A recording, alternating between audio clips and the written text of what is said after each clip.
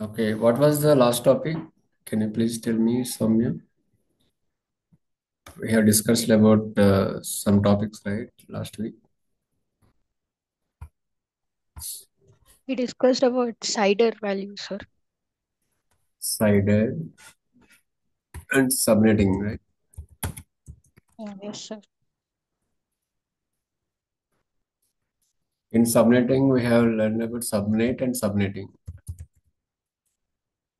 Subnet versus subnetting అంటే మనము సబ్నెటింగ్ లో మన సిఐడిఆర్ వాల్యూ తెలుసుకున్నాం కదా. సిఐడిఆర్ వాల్యూకి వచ్చేసరికి సబ్నెటింగ్ అనేది వాల్యూ చేంజ్ అయిపోతూ ఉంటుంది.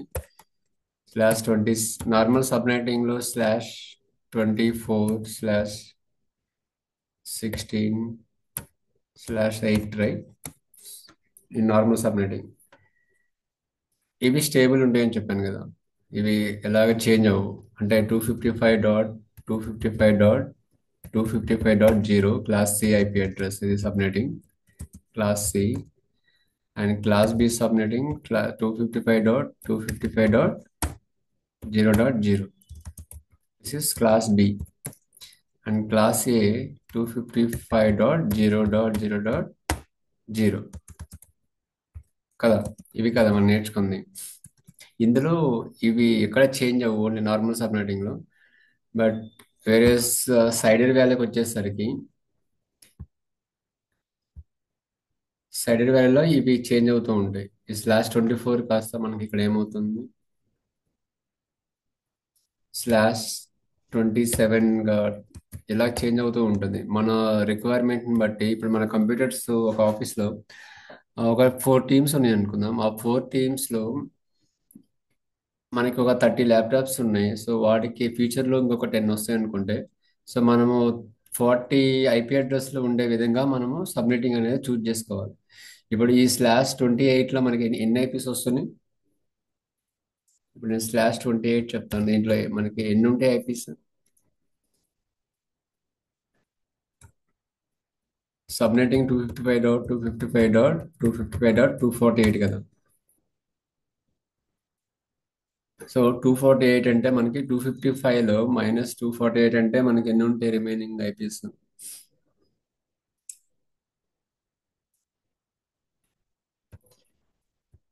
7 ఐపీస్ ఉంటాయి.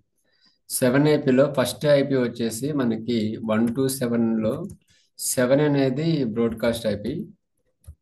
ఓకే, బ్రాడ్కాస్ట్ ఐపీ అనేది మనం యూజ్ చేయలేము. సో రిమైనింగ్ అనే 6 ఐపీస్ మాత్రమే మనం యూజబుల్ ఐపీస్. ఇదే కదా లాస్ట్ టైం నేర్చుకుంది. ఇదే సార్. సో ఇప్పుడు మనము డైరెక్ట్ మన ఏడబ్ల్యూఎస్ క్లౌడ్లోకి వెళ్దాం. అసలు ఏడబ్ల్యూఎస్ ఏంటి, అసలుకి వాటిలో పబ్లిక్ ఐపీస్ ప్రైవేట్ ఐపీస్ ఏంటి, why why AWS, what is public and private IP address, ఇప్పుడు మనం తెలుసుకుంది అదే కదా. సో నెక్స్ట్ రీజియన్స్ ఏంటి అండ్ అవైలబిలిటీ జోన్స్ ఏంటి. 1 సెకండ్.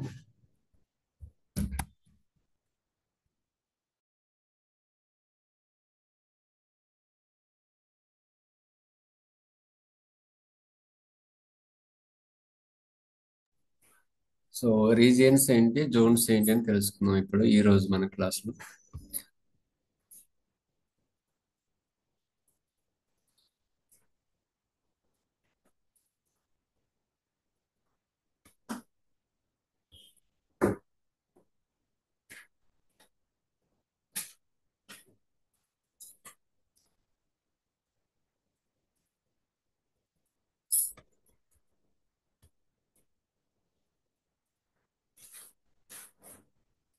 నేను అంటే మనకి ఇప్పుడు మన ఆఫీస్ లో సర్వర్స్ ఉన్నాయి అనుకుందాం.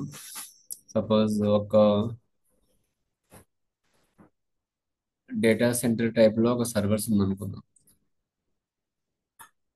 ఆ సర్వర్ కాస్ట్ వచ్చేసి మనకి లాస్ట్ టైం డిస్కస్ చేసినట్టు సర్వర్ కాస్ట్ మనకి ఆ, స్- ఒక 5 lakhs అనుకుంటే.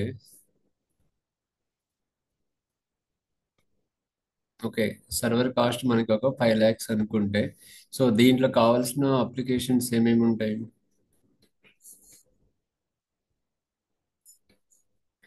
సో ఫస్ట్ మనకి హార్డ్వేర్ ఏమేమి ఉంటుంది మనకి. Motherboard, right? Motherboard, RAM, మనం చూడాల్సింది ర్యామ్ ఒకటి and hard disk. So processor. So ఇప్పుడు మనకి ఈ సర్వర్ కాన్ఫిగరేషన్ ఏమి ఉండాలి? జిఎన్ ప్రాసెసర్ ఉండాలి, Xeon server. And then more than 512 GB RAM space ఉండాలి and 1 TB hard disk space అనుకుందాం. సో దీంట్లో మనకి ఇది హార్డ్వేర్, మనకి మన దగ్గర ఉన్న హార్డ్వేర్. సో దీంట్లో మనం ఒక వెబ్ సర్వర్ అనేది ఇన్స్టాల్ చేస్తాం అనుకుందాం. వెబ్ సర్వర్ అది మనకి షాపింగ్ ఏదైనా సరే, మొబైల్ షాపింగ్ అనుకుంటే మొబైల్ సంబంధించిన మొత్తం దాంట్లో వెబ్సైట్లో పెట్టేసాం, ప్రైజింగ్ తోటి అన్ని కలిపేసి. సో ఇప్పుడు మనకి ఈ సర్వర్లో ఒక అప్లికేషన్ ఇన్స్టాల్ చేసాం కదా, దీనికి ఒక డేటాబేస్ కూడా కావాలి. ఓకే. సో దీన్ని మనం మెయింటైన్ చేస్తానికి ఒక వెబ్ డెవలపర్ కావాలా? అవునా కదా? వెబ్ డెవలపర్ ఒకరు కావాలి, తర్వాత ఐటీ అడ్మిన్ ఒకరు కావాలి, రైట్? సో వీటిని మెయింటైన్ చేస్తానికి రిసోర్స్ అనేది కంపల్సరీ అవసరం అవుతుంది. అంటే ఇవి ఆల్మోస్ట్ ఇవి మనకి మన మంత్లీ ఖర్చు వచ్చేసి ఇవన్నీ మెయింటైన్ చేయాలంటే మనకి ఒక 2 lakhs అప్రాక్స్ వేసుకుంటే, 2 lakhs అనుకుంటే.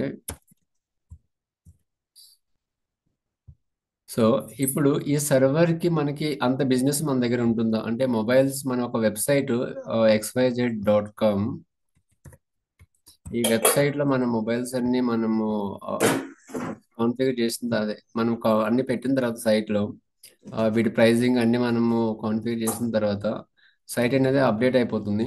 సో పీపుల్ అనే వాళ్ళు యాక్సెప్ట్ చేస్తారు ఈ సైట్. నువ్వు మీ ఫ్రెండ్స్ కి వాళ్ళకి ఆ, మన మన ఎక్స్ ఉంది కదా, టార్గెట్ అదే ఎక్స్ అంటే ట్విట్టర్లో కానీ లేకపోతే లింక్డ్ఇన్లో కానీ మనం పోస్ట్ చేస్తాం కదా.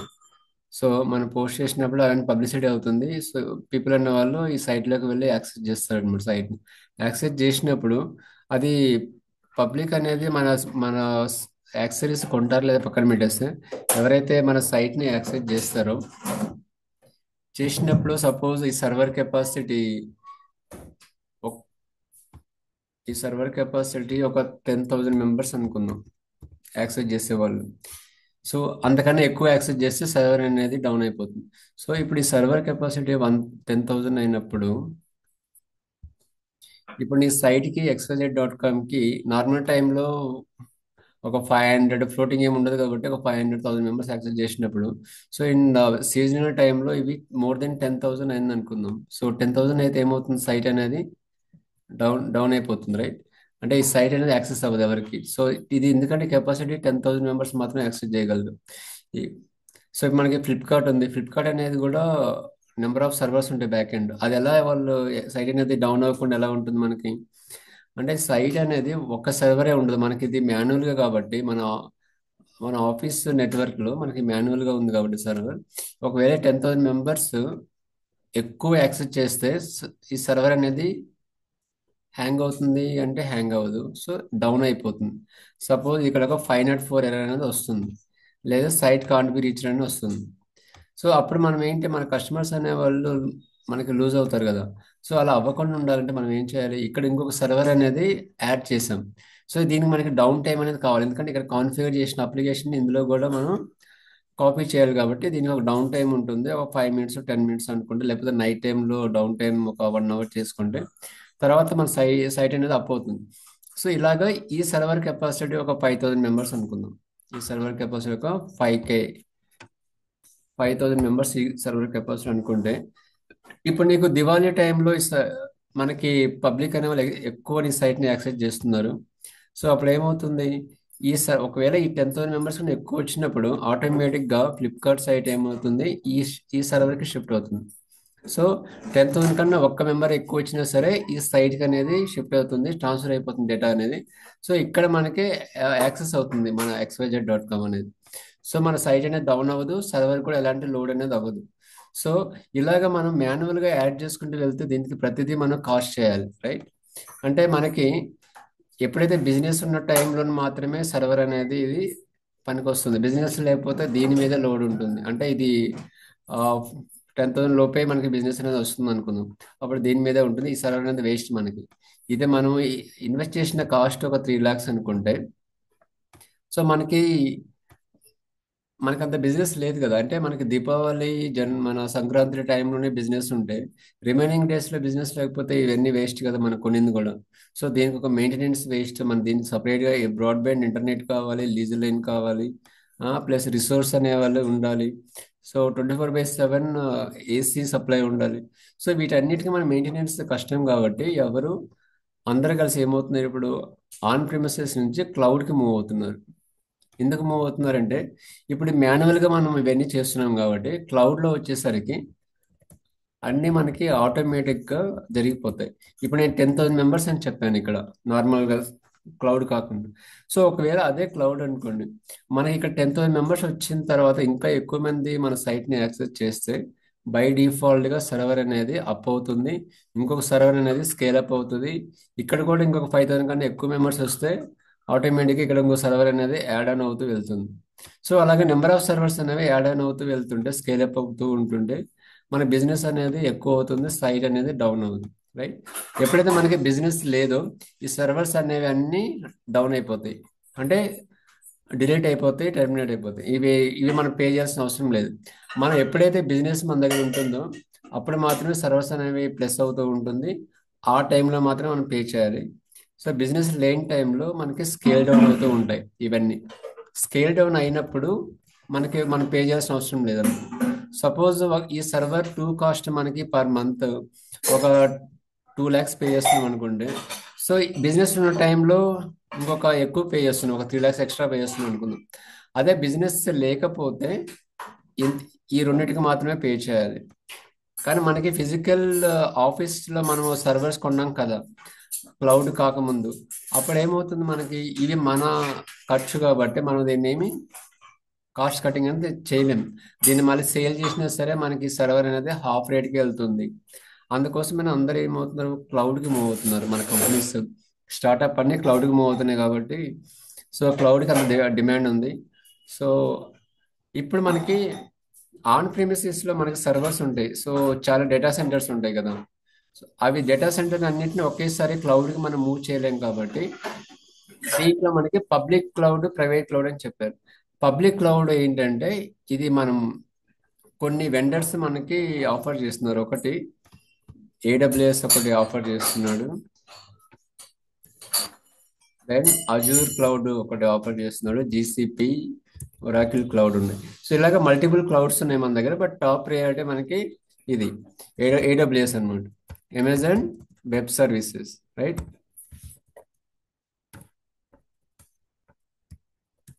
సో అమెజాన్ వెబ్ సర్వీసెస్ అనేవాడు మనకి ఈ పబ్లిక్ క్లౌడ్ అనేది ఆఫర్ చేస్తున్నాడు.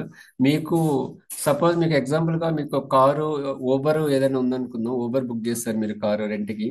మీరు వెళ్ళాల్సిన చోటుకి ఇక్కడ నుంచి చిలుకూరు బాలాజీ వెళ్ళాలంటే మీరు జస్ట్ కార్ బుక్ చేసుకొని వెళ్తున్నారు. అంటే ఇక్కడ బుక్ చేసుకుంటే మిమ్మల్ని ఒక ప్రైస్ ఉంటుంది, ఒక 1 hour 2 hours అనేది మనం చూస్ చేసుకుంటారు రెంటల్లో. సో ఒక 2 hours ఒక 500 రూపీస్ పే చేస్తాం అంతే. సో కార్ అనేది మీ ఓన్ కాదు, బట్ మీరు ఆ కార్లో వెళ్ళి మీకు కావాల్సిన డెస్టినేషన్ మీరు చేరగలుగుతున్నారు కదా. సో అలాగే మనకు కార్ కొనాలంటే ఎంత అవుతుంది, 10 lakhs అవుతుంది. ఆ 10 lakhs ఇన్వెస్ట్మెంట్ ఓన్లీ ఒక్కసారికి మనం కొనలేము కదా. అంటే మనకి అవసరం ఏంటి, చిలుకూరు బాలాజీ వెళ్ళి రావాలంతే. అంత మాత్రాన మనం కార్ కొనాలని ఏం లేదు కదా, మన దగ్గర ఉండాలని ఏం లేదు. సో దీనికి రెంట్ పే చేస్తున్నాం అంతే, 500 రూపీస్ అనుకుందాం అప్ అండ్ డౌన్. ఈ 500 రూపీస్ మాత్రమే పే చేస్తున్నాం. సో మనం వెళ్ళేసి వస్తున్నాం, మనకు కావాల్సింది తీసుకుంటున్నాం. అలాగే ఇక్కడ మనకి సర్వర్స్ అనేవి రెంట్కి దొరుకుతాయి. మనకు కావాల్సినప్పుడు మనకి స్కేల్ అప్ అవుతూ ఉంటే, అవసరం లేని టైంలో స్కేల్ డౌన్ అవుతూ ఉంటాయి. ఇప్పుడు నేను ఒక వెబ్సైట్ నేను క్రియేట్ చేయాలి, నేను ఒక బిజినెస్ పెట్టాలనుకుంటే నేను క్లౌడ్కి వెళ్ళిపోతాను. ఒక 6 months నా బిజినెస్ నడుస్తుంది. తర్వాత నాకు అవసరం లేదు అనుకుంటే 6 months తర్వాత ఇవన్నీ నేను టెర్మినేట్ చేసేసి షట్ డౌన్ చేసి వెళ్ళిపోతాను. సో ఇప్పుడు చాలా కంపెనీస్ అలానే చేస్తున్నాయి కదా, స్టార్ట్అప్ అని చెప్పేసి వీళ్ళ క్లౌడ్లో బిజినెస్ తీసేసుకొని వాళ్ళకి కావాల్సిన డమ్మీ వెబ్సైట్ క్రియేట్ చేస్తారు.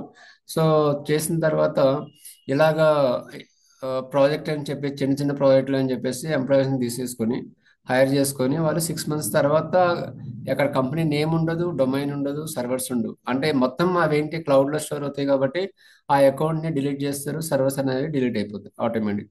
సో అలాగ అవుతున్నాయి. అంటే వాళ్ళకి ఏంటి, పే యాజ్ యు గో, మనము ఎంత వాడితే అంతే పే చేయాలి. క్లౌడ్ వల్ల మనకి అడ్వాంటేజ్ అనమాట. So pay as you go ఉంది. తర్వాత స్కేలబిలిటీ ఉంది. స్కేలబిలిటీ అంటే ఇందా చెప్పినట్టు స్కేల్ అప్ అవుతూ ఉంటే స్కేల్ డౌన్ అవుతూ ఉంటాయి సర్వర్స్ మనకు కావాల్సిన టైంలో.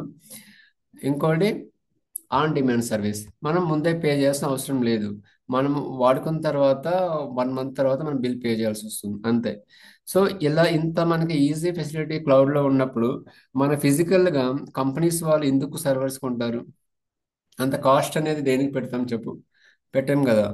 సో ఇది పబ్లిక్ క్లౌడ్స్ అన్నమాట. ప్రైవేట్ క్లౌడ్స్ ఏంటంటే మనకి ఇప్పుడు ఒక కంపెనీలో డేటా సెంటర్స్ ఉన్నాయి. దాంట్లో సెన్సిటివ్ డేటా అనేది ఉంటుంది. అంటే మనకి ఏంటి, యూజర్స్ డేటా ఉంటుంది, ఎంప్లాయీస్ డేటా అనేది కంపెనీలో ఉంటుంది.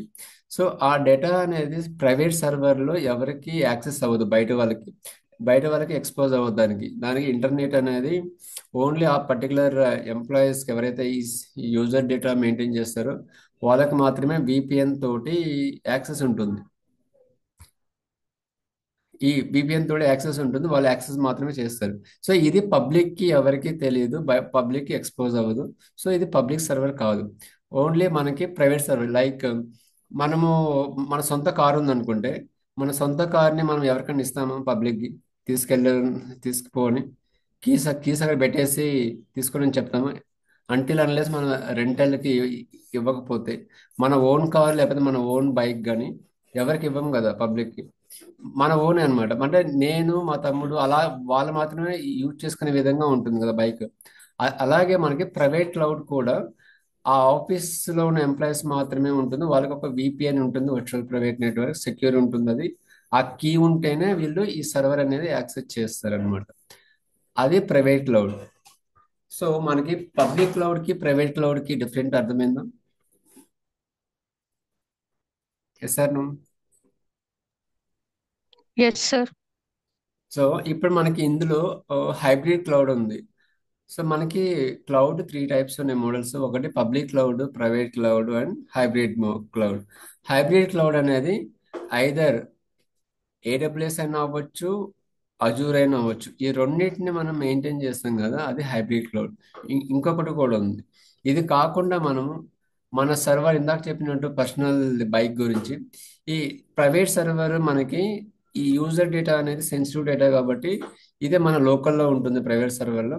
రిమైనింగ్ మన వెబ్ సర్వర్ ఉంది కదా, ఈ వెబ్ సర్వర్ అనేది పబ్లిక్ క్లౌడ్కి కనెక్ట్ చేస్తాం అనమాట. సో మనకి అప్పుడు కాస్ట్ అనేది కూడా తగ్గుతుంది.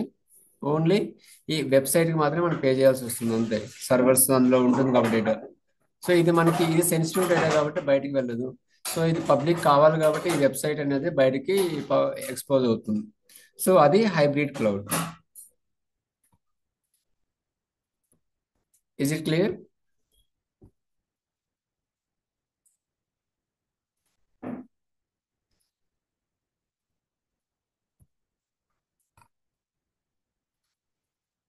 సో క్లౌడ్ అనేది ఏంటిది మనకి అసలు? యాక్చువల్ క్లౌడ్ అంటే ఏంటి మనం చెప్పింది సౌమ్య? వాట్ ఈస్ క్లౌడ్ అసలుకి?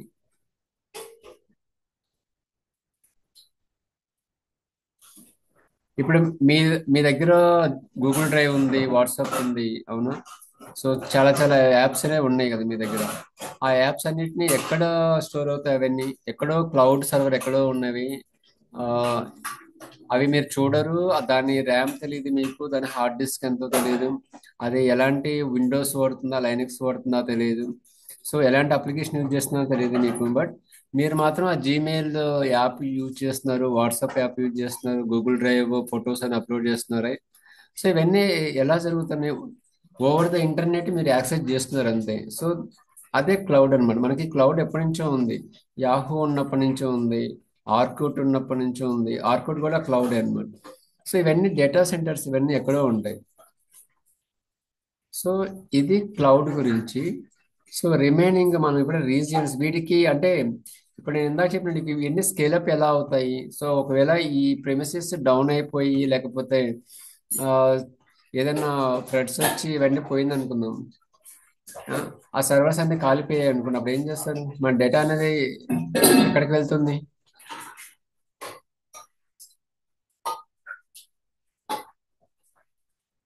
సో మన డేటా అనేది బ్యాకప్ అనేది ఉంటుంది. అది అది ఎలా బ్యాకప్ ఉంటుంది మనకి? వీటిలో మనకి రీజియన్స్ అని ఉన్నాయి. ఏడబ్ల్యూఎస్ వాడు మనకి రీజియన్స్ ఇచ్చాడు, అవైలబిలిటీ జోన్స్ ఇచ్చాడు. రీజియన్స్ నథింగ్ బట్ కంట్రీస్ అనుకుంటే, సో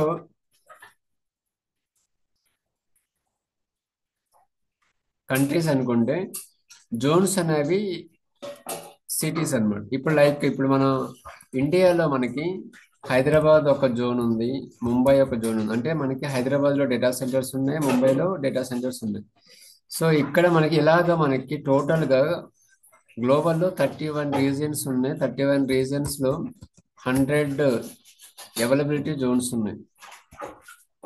అంటే మనకి ఒకవేళ హైదరాబాద్ లో మనకి డేటా సెంటర్స్ హ్యూజ్ అనుకుంటే, ఈ హైదరాబాద్ డేటా సెంటర్ మనకి క్రాష్ అయింది అనుకుందాం. హైదరాబాద్ డేటా సెంటర్ మనకి ఈ సర్వర్స్ అనేవి కాన్ఫిగర్ అయి ఉన్నాయి. సో నాకు ఒకవేళ ఇక్కడ ఏమన్నా జరిగితే నెక్స్ట్ మన బ్యాకప్ అనేది ఎక్కడికి వెళ్తుంది? అంటే మనకి నార్మల్ గా కంపెనీలో అయితే ఫిజికల్ గా డ్యామేజ్ అయింది అనుకుంటే, ఆఫీస్ ఏమన్నా ఏదైనా అయింది అనుకుంటే, ఆఫీస్ సర్వర్స్ ఏమన్నా కాలిపోతే అప్పుడు ఏమవుతుంది? బ్యాకప్ అనేది ఉండదు. మనం ఆఫీస్ అనేది షట్ డౌన్ చేసుకొని అందరు ఇంట్లో నుంచి పనిచేయాలి. అలా కాకుండా డేటా పోయిన తర్వాత మనం ఏం చేయలేం కదా. అదే మనకి ఇక్కడ క్లౌడ్ లో మనకి హైదరాబాద్ జోన్ లో మనకి ఏమన్నా అయిందనుకో, ఆటోమేటిక్ గా మన సర్వర్స్ అనేవి బ్యాకప్ ముంబైలోకి షిఫ్ట్ అవుతాయి. మనం back end auto scaling, load balancer అనేవి కాన్ఫిగర్ చేస్తాం కాబట్టి ఆటోమేటిక్ గా మన సర్వర్ అనేది బ్యాకప్ ఉంటుంది, మన సైట్ అనేది డౌన్ అవ్వదు. అందుకే కదా మనకి ఇప్పుడు ICICI.com బ్యాంక్స్ ఉన్నాయి, వెబ్సైట్స్.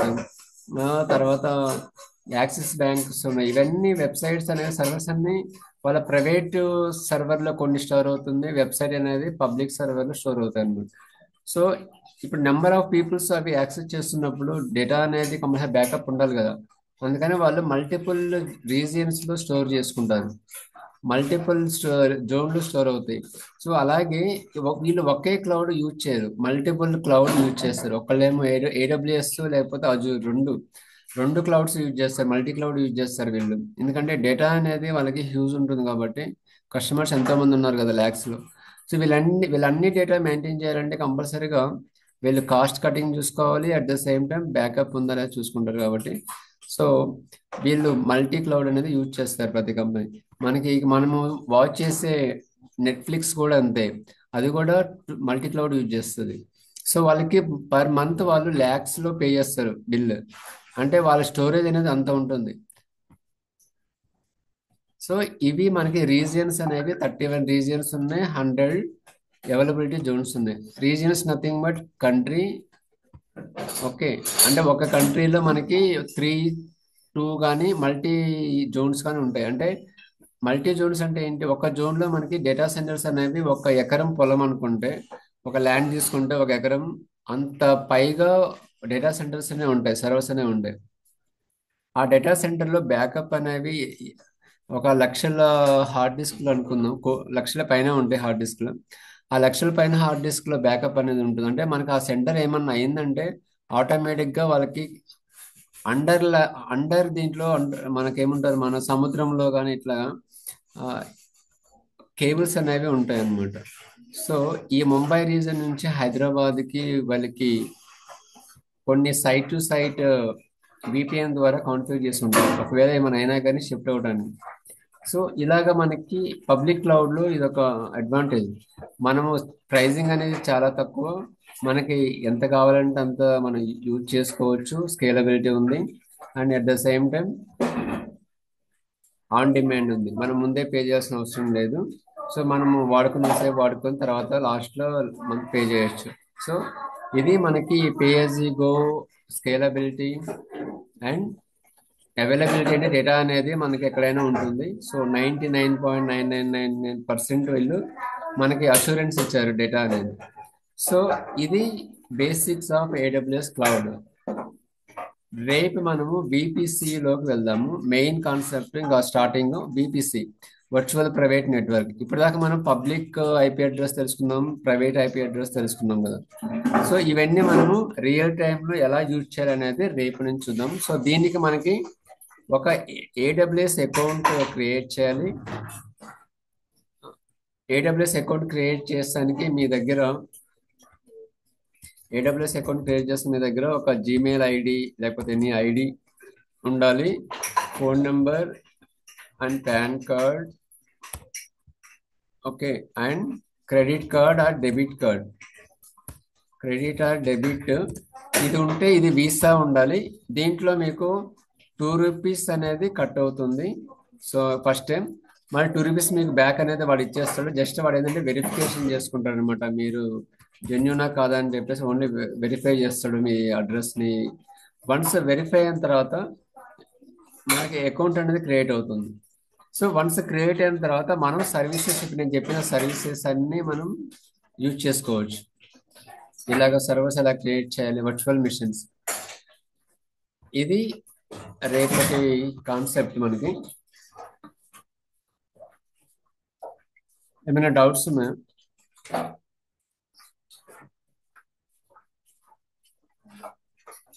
సౌమ్య, లేవు సార్, ఏం డౌట్. మేడం మీకు ఏమైనా ఉన్నాయో? మీకు క్లౌడ్ అంటే జస్ట్ నార్మల్గా చెప్పాను. హలో సౌమ్య, ఇప్పుడు నీకు రీజియన్స్ అంటే ఏంటి, జోన్స్ అంటే ఏంటి అర్థమైందా? మనకి data Actually, I need to again go through it and then I'll tell you. Some things I understood, some things I didn't understand. Okay okay Okay. Okay So I will just go through it again, and if I have doubt, I'll ask you. Yeah sure sure. And previous recording videos also I will share it with you. So విన్నానండి. విన్నారు కదా, ఎలా ఉంది madam అది? Yeah, it's good. It is good. Very nice. And that's what I want to go through it again, and okay now I understood a part of it. Okay Fully, I am not clear. So once I have doubt, I'll ask you. Sure sure. Maybe in the next class. Okay. Yeah no problem. And Okay. Thanks you. Thank you ma'am. Yeah Soumya, so రేపు మనం account create చేద్దాం. ఎలా create చేయాలో చెప్తాను, రేపు చూద్దాం, ఓకేనా? ఎందుకంటే రేపు ఈరోజు ఎవరు జాయిన్ అవ్వలేదు, ఇద్దరు రేపు జాయిన్ అవుతారు కాబట్టి వాళ్ళతో కంటిన్యూ అవుదాం, ఓకేనా? Okay sir. Yeah okay then. So So class is over, huh?